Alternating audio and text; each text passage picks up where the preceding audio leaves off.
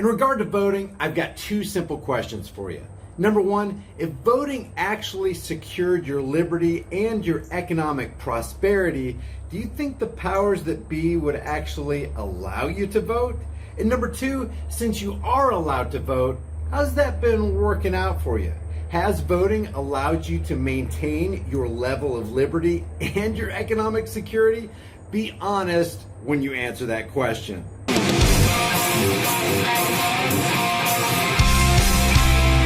The bankers are literally getting away with 24-hour day, 7-day-a-week murder as they foist economic terrorism on each and every one of us. Guys, economic terrorism will kill just as many, if not more people than dropping bombs. You want to really cripple a nation? Sanction them. Like we've done with so many people throughout the world. The United States, the big bully on the playground, sanctioning these people, sanctioning those people, cutting off their food, their medical supplies, their water, little children starving in the street. You don't have to drop bombs to kill tens of thousands of people. Just enact sanctions. Sanctions is an act of war. So when Mike Pompeo comes down there and he goes, what's that? We're going to implement the maximum pressure campaign.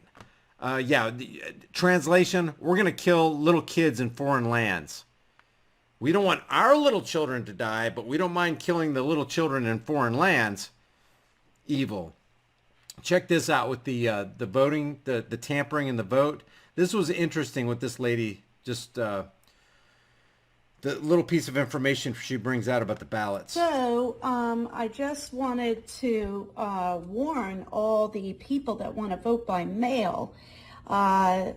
You know how they give you these sleeves inside, and they tell you, oh, don't worry, your vote is going to be, protected. Nobody's going to know anything, blah, blah, blah. Well, guess what? That's bullshit. Now, there are people that probably know this, but I just found this out today. So I'm thinking, okay, I put my vote in, I did the protective sleeve and all that, and that's what the back looks like. But then when you turn it around, and I just want to, show you the comparison, look at my brother's, who's a Democrat. It says 4212D, that's Democrat. Then you go here, because we're both the same address anyway, 4212R. Now, remember, it's not an election process, it's a selection process. The bankers have trillions and trillions and trillions of dollars at their disposal. They have at their command nations. They control it all. They can stack the deck. They can afford to have 24 people on that Democratic debate stage and own every single one of them. And if that person isn't owned at that moment, they soon will be.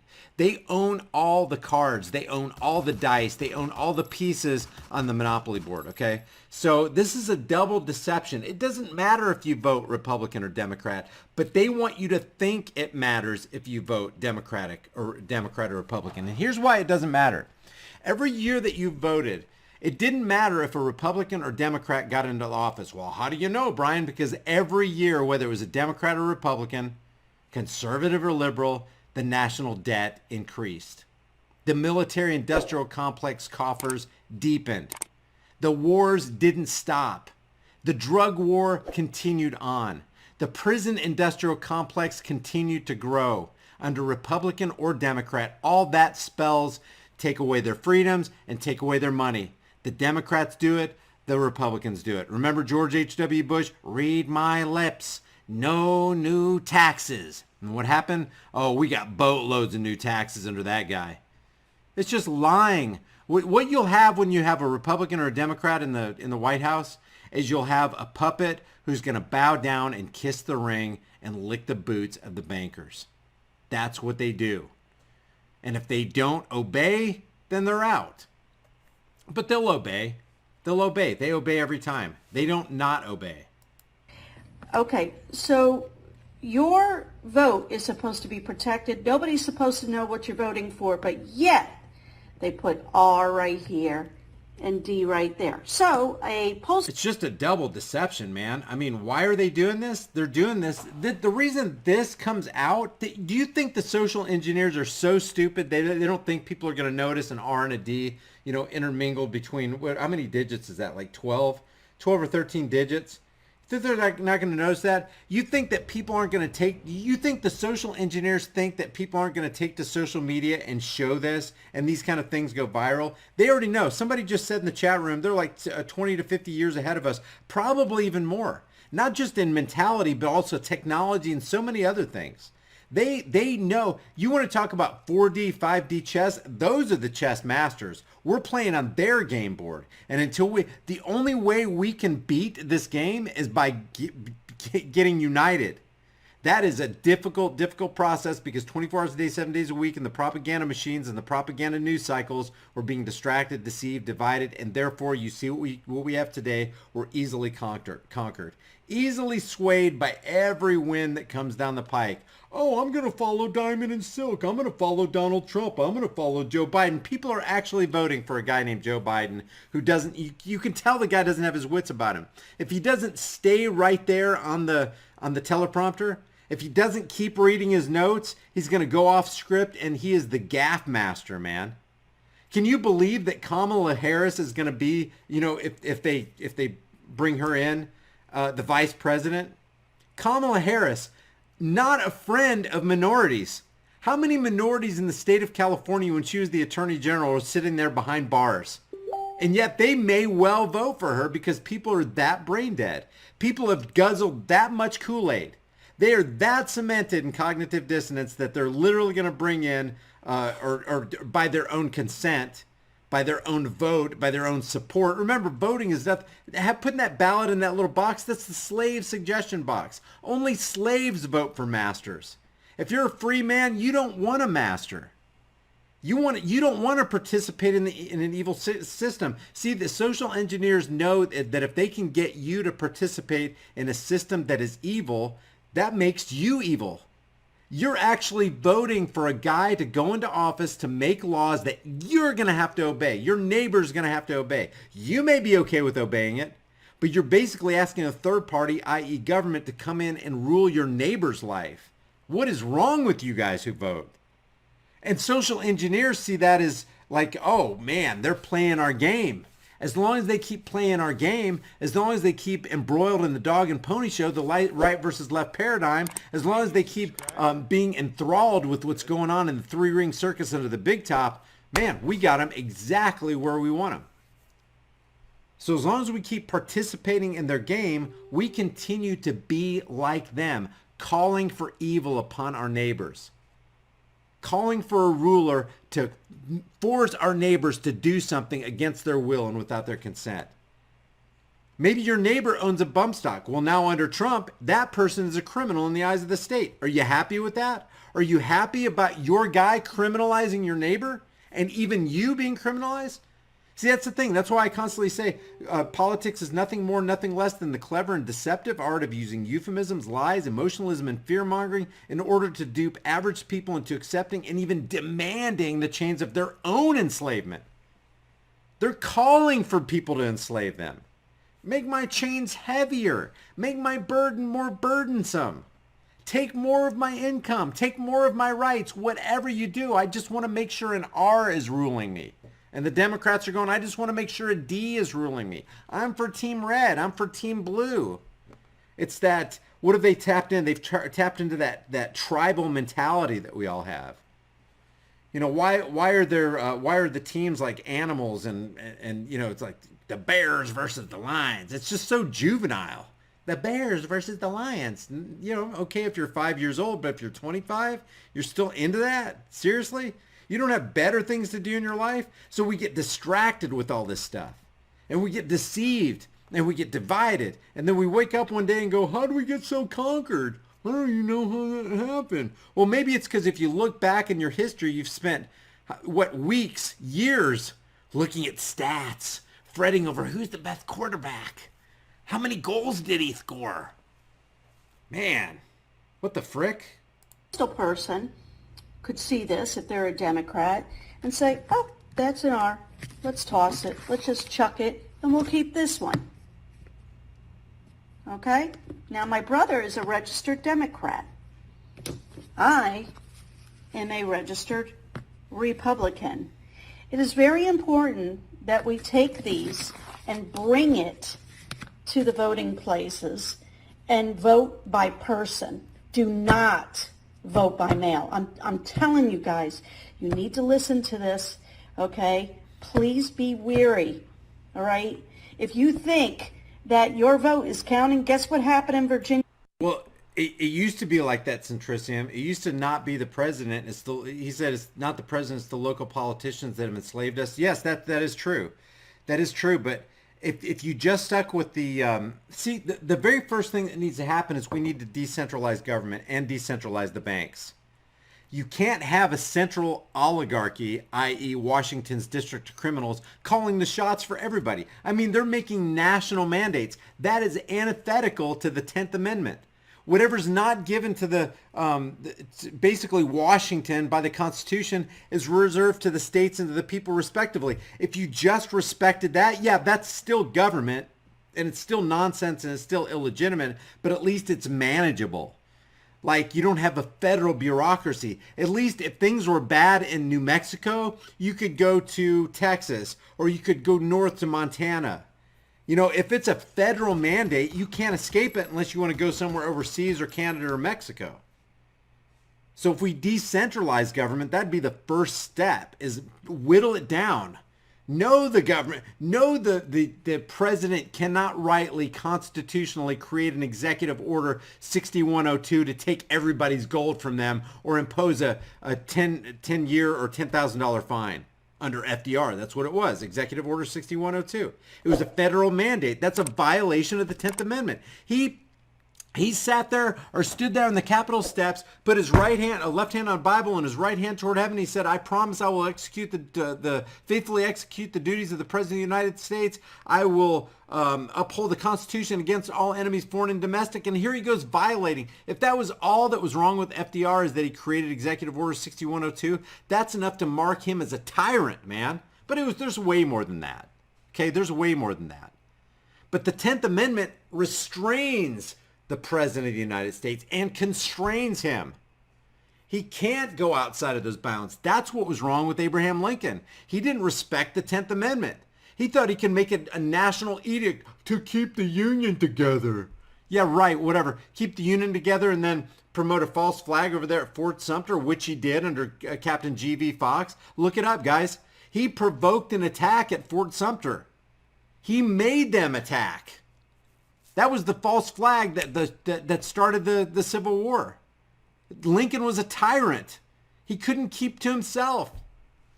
He couldn't say, hey, let's just make this whole thing better. No, 614,000 lives later, and now we got this guy on the back of a penny. He's on the $5 bill. He's got a huge memorial, ugly, gaudy memorial, expensive memorial in Washington's District of Criminals, and rightly so, because he was a criminal, a big-time criminal.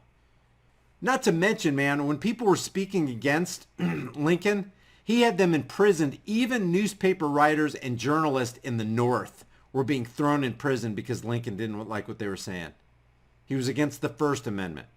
He was against the 10th Amendment. He was against the 4th Amendment, the right to be secure in your person's houses, papers, and effects. These guys are all tyrants, guys. When you grab the ring of power, something happens to somebody, their mind. Power corrupts, and absolute power corrupts absolutely. Well, Lincoln and FDR and Donald Trump and Bill Clinton, they all acquired the ring of power. It went to their heads. They're controllers and they're being controlled. They're just freaking puppets. So yeah, while I agree that local politicians have done a lot to exacerbate and foment a lot of evil on this land, no evil would come on this land if law enforcers didn't put down their principles, drop their morality on the floor and go, okay, we'll obey the politicians. I know we took an oath to the Constitution to protect and defend it against all enemies, foreign and domestic. And then when the politicians have become the very domestic enemies that they took the oath to combat and protect the people from, then the law enforcers, become the domestic enemies that they said they would protect the people from. And now you got a shit show, excuse my language. And then the law enforcers become the revenue generators for the state. And now it's lucrative. Now getting them to come to the knowledge of the truth is almost impossible, because when somebody's paycheck depends on them not understanding the truth, they'll never come to it. Ever. It's like it's this constant cycle of insanity and corruption and criminality, all in the name of law and order and keeping the peace. You want to be protected, boy? Well, we're going to protect and serve the crap out of you. God, man, it's mayhem. It's literal insanity. And it's no measure of good mental health to be considered well-adjusted to a profoundly sick society. And if we're not in a profoundly sick society right now, I don't know what a profoundly sick society is. Our society is sick, run by pedos. What do you mean run by pedos? Guys, you don't have to look any further than Dennis Hastert, second in line to be the President of the United States. He was the Speaker of the House for 8 years, Republican, declared by a federal judge who's on the payroll, who's an ultimate statist, says that Dennis Hastert, second in line for the President of the United States, is a serial child molester. You don't think it goes higher? You don't think it's more pervasive? How does a guy like, what's his name, Alefantis, how does Alefantis become the 49th most powerful person in Washington, D.C.? He's just a pizzeria owner. How does that happen? No, Fox News won't ask that question. Megan Kelly didn't ask that question. Jake Tapper didn't ask that question. Brooke Baldwin didn't ask that question. The Communist News Network, MSLSD, they all dropped the ball. They wanted to have James Alefantis on and throw him real light softballs. This must be really hard on you. How about ask, how is it that you're a pizzeria owner and you were declared by GQ magazine in 2010 to be the 49th most powerful person in Washington, D.C.? How is that, James? Please explain that to us, because I don't understand it. I'm sure most of my audience doesn't. I got a bunch of hard-hitting questions. Namely, here I've got this whole portfolio right here of Instagram posts where you're posting this crazy stuff with these kids in it. Can you explain this one and this one and this one? And if it's a family-friendly restaurant, why are these two guys doing this thing with this pizza, and why is there honey all over this guy on the floor dressed like a girl? How's that family friendly? And can you explain the band Heavy Breathing? Have you seen their website, James? Here, let's pull it up right now. That's real journalism. But you're not going to see Megan Kelly say that. No, she's too busy dressing like a little girl in front of James Alefantis.